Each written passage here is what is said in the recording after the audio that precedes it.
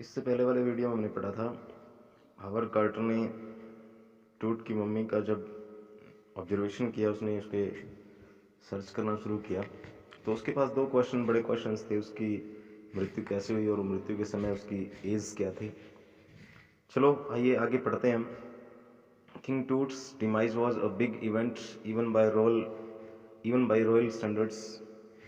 और राजा टूट की जो मृत्यु है, डिमाइज है, वो अगर राज परिवार की तरफ से देखें, राज परिवार के दृष्टिकोण से देखें तो एक सबसे बड़ी घटना थी, बड़ी इवेंट थी। He was the last of his families line. वो अपने परिवार का अंतिम उत्तराधिकारी था, शासक था। And his funeral was the death rattle on a dynasty. और उसकी जो मृत्यु है, उसका जो अंत है, वो साम्राज्य के पतन की एक निशानी बन गया था। उस वंश की जो जिस वंश ने लंबे समय तक इजिप्ट में राज किया था, रूल किया था, और उसकी मृत्यु के बाद वो एक उस साम्राज्य की पतन का एक निशानी समझा जाने लगा। But the particulars of his passing away and its aftermath are unclear. परंतु उसकी मृत्यु और उसकी मृत्यु के क्या प्रभाव हुए, ये सभी प्रश्न जो अभी स्पष्ट नहीं हुए हैं, अनक्लियर हैं। जो आफ्टर मैथ का मतलब स्पष्ट नहीं, आफ्टर मैथ आर यानी उसके जाने के उसके जो प्रभाव हैं वो अभी भी स्पष्ट नहीं है, अनक्लियर हैं। एमेनहॉटेप थर्ड टूट्स फादर और grandfather was a powerful pharaoh who ruled for almost 4 decades at the height of the 18th dynasty's golden age। एमेनहॉटेप के जो संभवतः टूट का दादा पिता या दादा था, वह भी एक शक्तिशाली राजा था जिसने 18th जो गोल्डन एज है 18th सेंचुरी का, उसने लगभग 4 दशकों तक अच्छी तरह से राज किया। एमेनहॉटेप fourth succeeded him and initiated one of the strangest periods in the history of ancient Egypt। उसका बेटा एमेनहॉटेप फोर्थ जो था उसका उत्तराधिकारी बना, और मिस्र में उसने सबसे अद्भुत राज्य का जो सर्वाधिक अद्भुत राज्य का जो राज है उस वहाँ पे उसने राज करना शुरू किया। The new pharaoh promoted the worship of the Aten. और नए फेरो ने सूर्य की आराधना को प्रचलित किया। Aten the god of sun. That sun disc changed his name to Akhenaten और सर्वेंट ऑफ द एटन। और उसने अपना नाम चेंज कर लिया, अपना नाम बदल लिया, और उसने अपना नाम बदलकर अखेनातेन अर्थात भगवान का दास या आतेन का दास रख लिया। And moved the religious capital from the old city of Thebes to the new city of Akhetaten. और अखेतातेन से उसने अपनी थीवस से बदल के राजधानी को, जो अपनी राजधानी थी उसको अखेतातेन ले गया, वहाँ पे उसने अपना उसको राजधानी बनाया। नॉन नाउ एज अमरना, जिसको कि आज अमरना के नाम से जाना जाता है। He further shocked the country by attacking Amun the major god, smashing his images and closing his temples. और बाद में उसने जो उनका देवता आमोन का विरोध उसने किया और उसके मंदिरों को और मूर्तियों को तोड़वाकर उस राज्य को एकदम से हैरान कर दिया। It must have been a heroic time, said Ray Johnson, director of University of Chicago's research centre in Luxor, the site of ancient Thebes.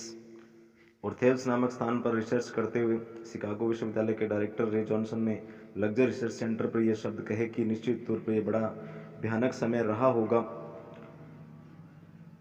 The family that had ruled for centuries was coming to an end, and then Akhenaten went a little wacky। और उस समय उसने कहा कि राजवंश जिसने मिस्र पर सदियों से राज करता रहा था और उसने अपने पतन के कगार पर था, उस समय वो अपने एंड के कगार पर था या उसका अंत निश्चित था। इसी कारण से संभवतः अखेनातेन जो है वो राजा था, वो बड़ा थोड़ा सा सनकी हो गया था, वैकी हो गया था। After Akhenaten's death, a mysterious ruler named Smenkheren appeared briefly and excited with hardly a trace। और उसकी मृत्यु के अखेनातेन की मृत्यु के पश्चात जो राजा शायद थोड़े समय के लिए आया, उसका कोई संदर्भ नहीं मिलता है। स्मेनखेर उसका नाम था। and then a very young Tutankhaten took the throne. King Tut as he is widely known today. उसके बाद एक युवा टूटन खामुन जो राजा था वो आया, जिसको आज टूट के नाम से हम जानते हैं. The boy king soon changed his name to Tutankhamun, living image of Amun. और शीघ्र ही इस युवा शासक ने अपना नाम तुतनखामुन रख लिया, जिसका अर्थ लिविंग इमेज ऑफ एमून. एमून देवता की, मिस्र का एक देवता एमून है, जिसका मतलब होता है, तुतनखामुन का मतलब living image of Amun. Amun की एक जीती जागती प्रतिमा. And over restoration of the old ways, और उसने पुराने तौर तरीके अपनाए. He reigned for about 9 years and then died unexpectedly.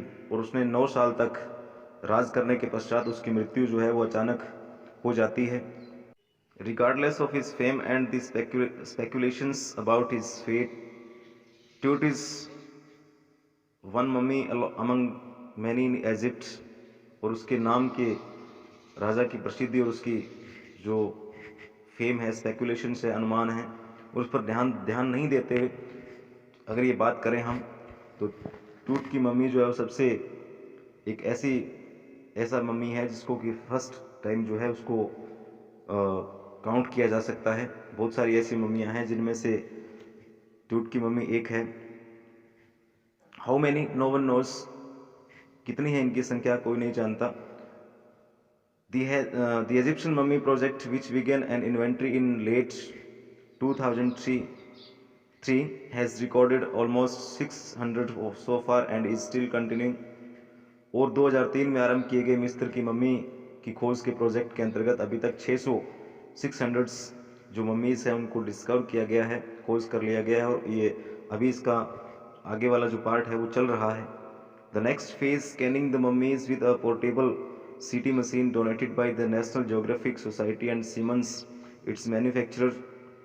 और सबसे इसका दूसरा जो चरण है, नेक्स्ट फेज है, उसके अंतर्गत क्या है, जो राष्ट्रीय ज्योग्राफिक सोसाइटी है उसने सीमंस के द्वारा दी गई एक CT स्कैन मशीन द्वारा इन मम्मियों की स्कैनिंग की जा रही है. King Tut is one of the first mummies to be scanned in death as in life, moving really ahead of his countryman. और राजा टूट की जो मम्मी है वो पहली मम्मी है जिसका CT स्कैन किया गया है. और इस प्रकार से देखा जाए तो उसके जीवन काल में, डेथ में, लाइफ में और डेथ में जो है वो जीवन काल में भी अग्रणी था, और मृत्यु के 3300 साल बाद भी वो क्या है, अपने देशवासी हैं उनसे अग्रणी है. A CT machine scanned the mummy head to toe, creating 1700 digital X-ray images in cross section. और उस CT स्कैन की मशीन के द्वारा या CT मशीन के द्वारा टूट की मम्मी का सिर से लेकर पांव तक स्कैन किया गया, और लगभग 1700 इमेजेस जो हैं, एक्सरे इमेजेस क्रॉस सेक्शन में ली गई. Tut's head scanned in 0.62 millimetre slice to register its intricate structures. और टूट के सिर को 0.62 मिलीमीटर के भागों में विभाजित करके स्कैन किया गया, उसकी इंट्रिकेट्स जो स्ट्रक्चर्स हैं उनको देखा जा सके. Takes a area details in the resulting image. और उसका पूर्ण रूप से जो रहस्यमयी चित्र हैं वो एक अध्ययन करने के बाद, एरिया डिटेल करने के बाद, पूर्ण रूप से कंप्लीट स्टडी करने के बाद जो है एक रहस्यमयी चित्र उसके सामने आए. With Toots entire body similarly recorded a team of specialist in radiology, forensics and anatomy began to probe the secrets that the winged goddesses of a glided burial shrine protected for so long. यानी इसमें क्या है, जितने भी इसके departments थे, radiology के, forensics के, मानव संरचना के, एनाटॉमी के, उन विशेषज्ञों ने एक दल के रूप में बहुत सारे रहस्यों को जानने के लिए एक और प्रकट करने का प्रयास भी किया है, जिसके अनुसार क्या है, winged goddesses of gilded burial shrine protected for so long. यानी उनके अनुसार परों वाले देवी देवताओं ने इतने लंबे समय तक उसकी दफन की गई मम्मी को काफी प्रोटेक्ट किया, उसको इतने लंबे समय तक सुरक्षित रखा. The night of the scan workmen carried Tut from the tomb in his box. जिस रात टूट की मम्मी का CT स्कैन किया जाना था उस समय मजदूर जो है उसे उसके टूम से बाहर निकाल करके, टूम का मतलब मकबरे से या कब्र से बाहर निकाल करके उसको एक बॉक्स में डाल करके लाए. Like pallbearers, they climbed a ramp and flight of stairs into the swirling sand outside, then rose a hydraulic lift into the trailer that held the scanner. उस ताबूत को ले जाने वाले लोगों की भांति, यानी जिस तरह से पाल बियरर्स होते हैं, पालकी को उठाने वाले लोग होते हैं, उसी प्रकार से वो रैंप पर चढ़ के ऊपर आए, जहाँ से वो सीढ़ियों में से चढ़े और एक बाहर से चारों ओर स्वर्लिंग सैंड आउटसाइड, जो बाहर चारों ओर उड़ती हुई रेत में बाहर आ गए. उसके पश्चात क्या हुआ, then rose hydraulic lift into the trailer that held the scanner, और उसको रैंप पर चढ़कर वो एक ट्रेलर की सहायता से, एक हाइड्रोलिक जो लिफ्ट की सहायता से स्कैनर के ट्रेलर तक ले जाया गया. 20 minutes later, two men emerged, sprinted for an office nearby and returned with a pair of white plastic fans. 20 minute के बाद दो व्यक्ति दौड़ते हुए पास के ही कार्यालय में स्थित गए और वहां से प्लास्टिक का एक पंखा लेकर के आए. The $1 million scanner had quit because of sand in cooler fan. और लाखों डॉलर के स्कैनर ने काम करना बंद कर दिया था, ट्वीट हो गया था, क्योंकि उसके कूलर फैन के अंदर रेत भर गई थी. Curse of the pharaoh, joked a guards nervously. ऐसा निश्चित रूप से फेरो के अवसर, यानी यहाँ पे गार्ड्स कहता है कि ये वो उस चोट की मम्मी को एक फेरो मानते थे, एक राजा मानते थे.